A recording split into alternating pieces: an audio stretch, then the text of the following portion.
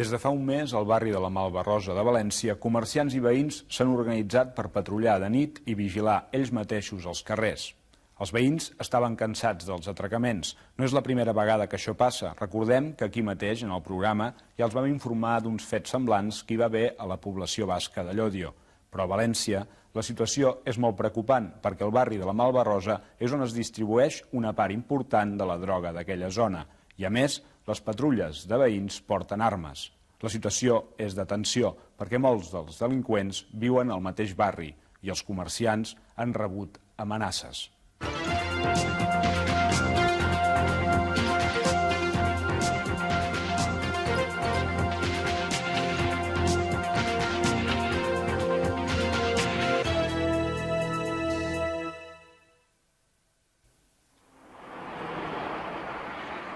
Aquest és el barri valencià de la Malvarrosa.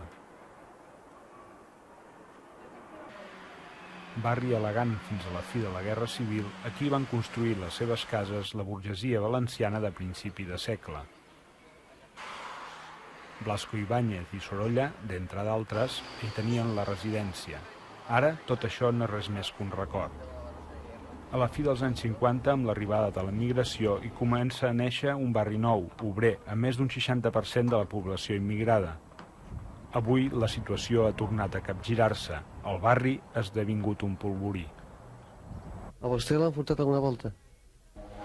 Pues aquí entro dentro pues un par de veces o 3. Pues 7 o 8. Aquí nos han robado físicamente una, pero en la otra tienda 8 o 9 veces ya. Sí, me robaron en mi domicilio. Justamente hoy, hace un mes.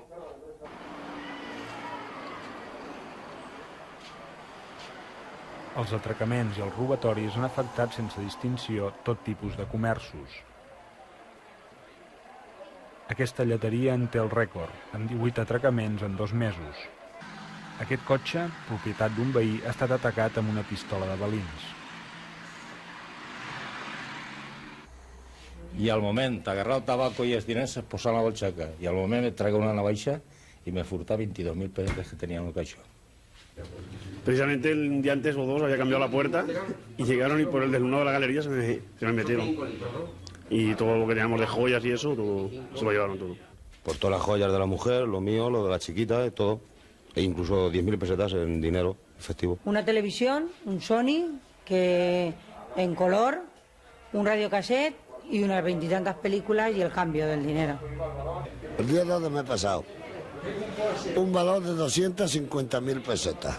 El colegio ha sido visitado en 8 ocasiones por los delincuentes, 4 de ellas intentos de robo sin consumar, luego 3 intentos de robo consumados y la última un robo gordo con incendio y demás, ¿no?, que destruyó la Secretaría y la Dirección con material administrativo, notas, expedientes y demás.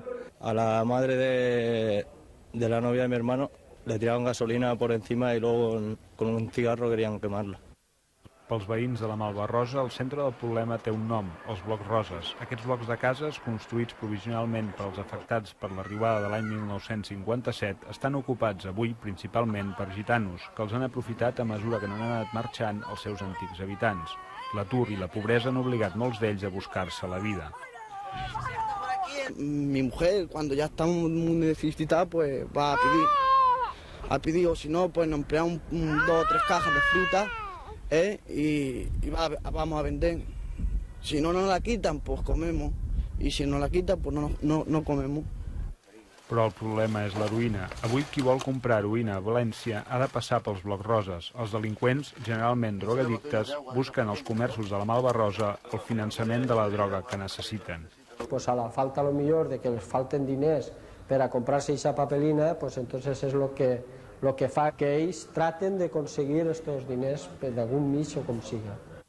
Aquí influye un montón la droga, pero a montón hay en la Malvarrosa, mucha. Y ahí está el fallo. ¿Usted sabe si los delincuentes que entraron en su negocio, los que actúan por aquí, viven en el barrio o son de fuera? Sí, no, son del barrio todos. Aquí trabajan los del barrio, que nos conocen y entran y salen y bajan y suben y saben de qué va. Por ejemplo, el chico que me asaltó a mí la última vez, pues lo conozco. Lo veo por ahí, en la calle. Hombre, algunos sí que los conocemos porque los hemos cogido, los hemos llevado a la policía y han salido antes que nosotros. Malgrat la intensificació de l'actuació de la policia en els últims dies, els habitants del barri s'han queixat de la insensibilitat policial davant la delinqüència i del mal funcionament de la justícia. Tot això ha creat un clima d'impotència entre el veïnat que comença a adoptar solucions radicals davant d'aquest problema. En el juicio, pues dice que alegaron de que se lo habían encontrado en la basura, arresto domiciliario de un día y punto. Ese es. No sé yo qué tipo de justicia ni nada tiene eso, però bueno. Que facin algo per posar justícia, si no l'agarrarem per la mà nostra.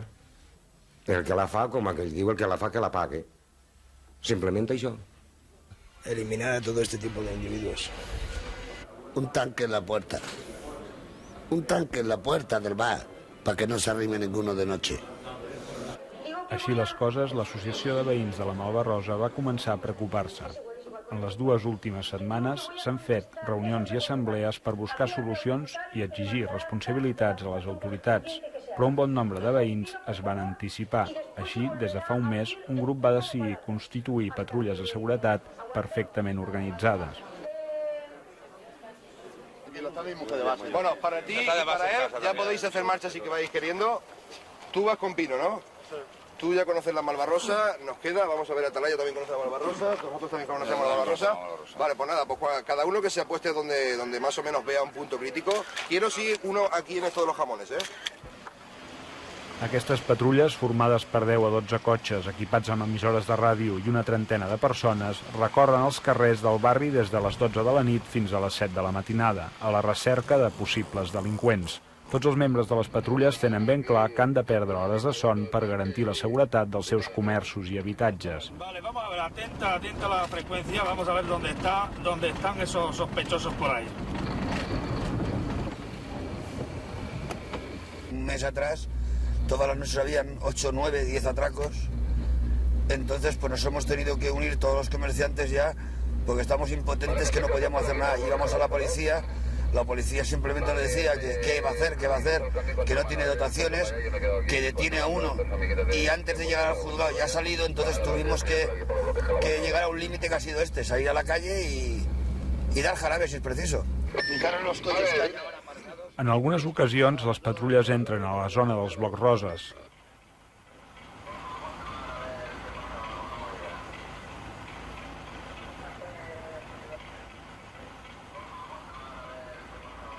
Una filera de cotxes robats o el que en queda són a la mateixa porta de les cases dels presumptes delinqüents. Entonces, a la cosa de 4 o 5 días, vimos a un chico, gitano por cierto, abriendo un R18 en la calle Antonio Pons. Sin bajar del coche le preguntemos qué hacía.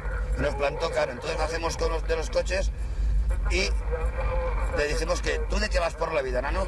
Echó a correr, lo seguimos, pero no pudimos alcanzarle. El sábado siguiente cogemos al mismo fulano en cuestión abriendo un R12 al lado de la acequia de Vera, le llamamos la atención, le decimos que a casa a dormir o se va a ir calentito y ya se va. Pero es que a los 20 minutos lo enganchamos dentro de un coche con la arma puesta. Entonces pues las cosas pues se pusieron un poquito tibias, como iban muchos coches, el chico tropezó 2 veces con 2 coches y se le dispararon 3 perdigones en el culo. Se metió en los bloques de color de rosa, llamando Pablo, Pablo, Pablo, Pablo. Allí no salió ni Dios, y eso es el altercado más grande que hemos tenido. ¿Cómo estás por ahí? Sí, la policía. A ver si está bien esto, ¿eh? ¿Pos el foco? L'existència d'aquestes patrulles és coneguda per la policia. Buenas noches, señores. Quan un membre de les patrulles s'adona de la presència d'una persona sospitosa, avisa immediatament per ràdio als altres. Hòstia. En pocs segons, el desconegut es veu envoltat de veïns que procedeixen a identificar-lo i a demanar-li què hi fa en aquella zona.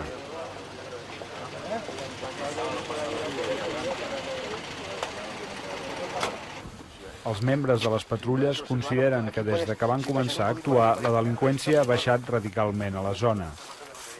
D'altra banda, les dades d'algunes fonts de la policia no reflecteixen un índex especial de delinqüència al barri. El barrio de Malvarrosa tiene una situación que no difiere mucho del resto de los barrios de Valencia. tiene una base real de conflictividad en cuanto a delitos se refiere, pero considero que no exageradamente y no por encima del resto de otros barrios. S'ha detectat que efectivament pues, estan ocorrint coses que aunque en el resto de la ciutat també ocorriran, però que s'ha incrementat, o sigui que no és que és per casualitat que estem allà. Malgrat això, l'existència de les patrulles és tolerada per la policia, que d'altra banda ha intensificat la seva presència al barri.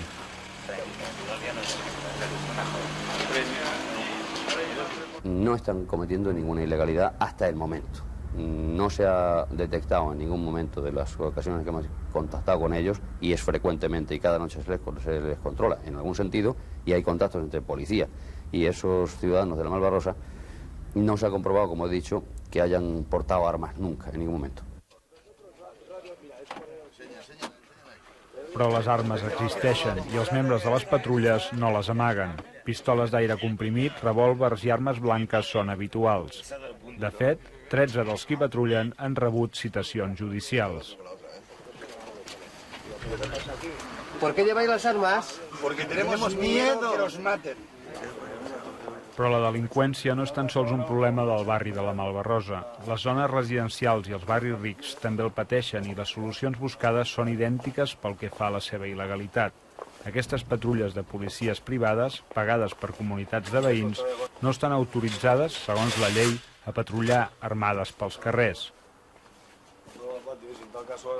A València hi ha 30 companyies de seguretat privades, una part de les quals s'encarreguen d'aquestes missions. La policía no es eficaz. Hasta este momento no ha sido eficaz, ni lo es todavía. Ya veremos si es que se soluciona, si no aquí seguiremos patrullando, mientras tanto que podamos, aunque tengamos que trabajar, de aquí nos iremos al trabajo y no hay más historia.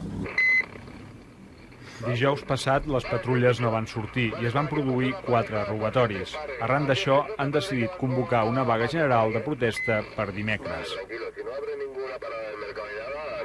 Que tengan su rollo por ahí de su droga y se mueren ya. Vale, la Yongi, eso...